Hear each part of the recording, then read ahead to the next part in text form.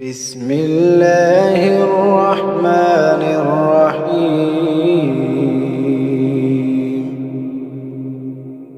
والنجم إذا هوى ما ضل صاحبكم وما غوى وما ينطق عن الهوى إن هو إلا وحي يوحى علمه شديد القوى ذو مرة فاستوى وهو بالأفق الأعلى ثم دنا فتدلى فكان قاب قوسين أو أدنى فأوحى إلى عبده ما أوحى ما كذب الفؤاد ما رأى أفتمارونه على ما يرى ولقد رآه نزلة أخرى عند سدرة المنتهى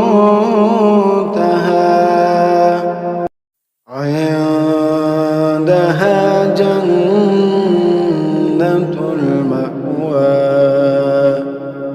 إذ يغشى السدرة ما يغشى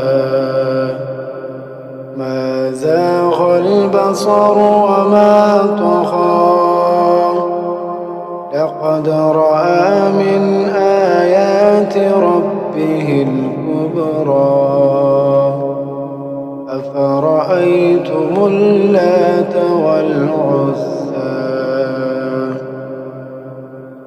ومناة الثالثة الأخرى ألكم الذكر وله الأنثى تلك إذا قسمة ضيزى إن هي إلا أسماء سميتموها أنتم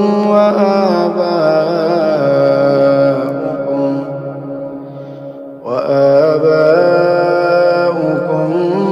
ما أنزل الله بها من سلطان إن يتبعون إلا الظن وما تهوى الأنفس ولقد جاءهم من ربهم الهدى أم للإنسان ما تمنى فلله الآخرة والأولى وكم من ملك في السماوات لا تغني شفاعتهم شيئا إلا من بعد أن يأذن الله لمن يشاء ويرضى إن الذين لا يؤمنون بالآخرة ليسمون الملائكة تسمية الأنثى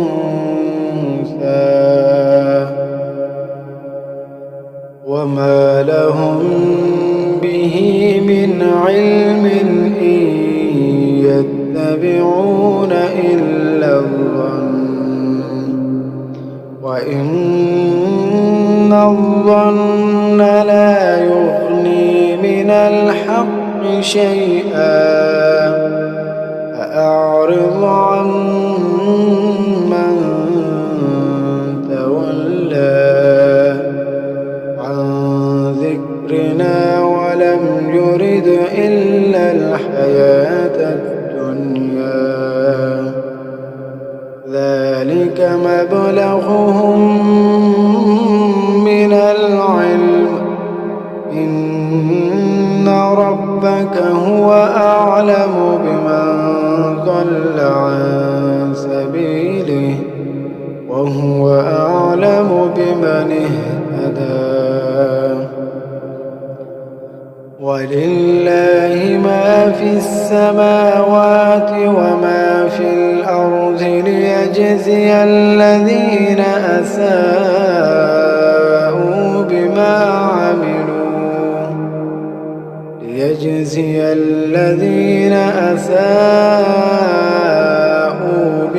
عملوا ويجزي الذين أحسنوا بالحسنى الذين يجتنبون كبائر الإثم والفواحش إلا اللمم إن ربك واسع المغفرة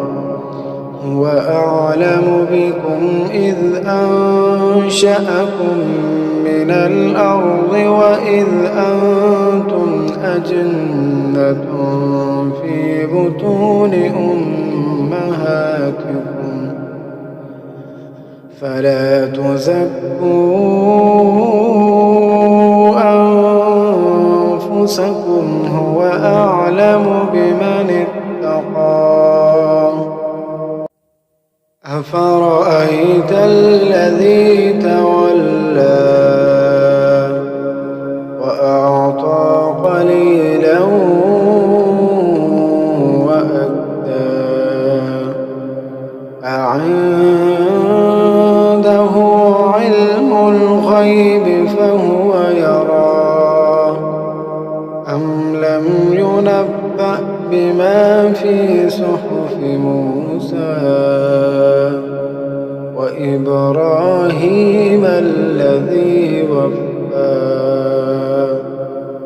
ألا تزر وازرة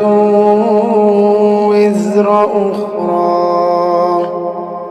وأن ليس للإنسان إلا ما سعى وأن سعيه سوف يرى ثم يجزاه الجزاء الأوفى وأن إلى ربك المنتهى وأنه هو أضحك وأبكى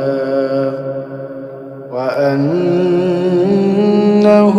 هو أمات وأحيا وأنه خلق الزوجين الذكر والأنثى من نطفة إذا تمنى وأن عليه النشأة الأخرى وأنه هو أغنى وأقنى وأنه هو رب الشعرى وأنه أهلك عادا الأولى وثمود فما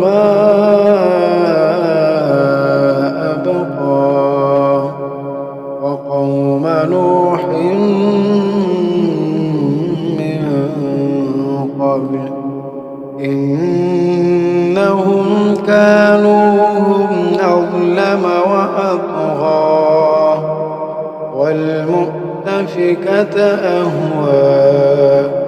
فغشاها ما غشا فبأي آلاء ربك تتمارى هذا نذير من النذر الأولى أزفت الآزفة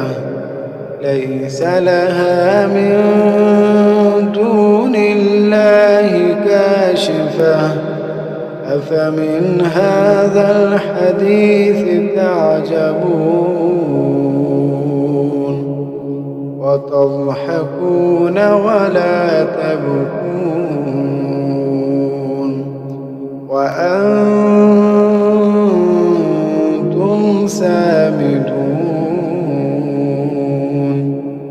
فاسجدوا لله واعبدوا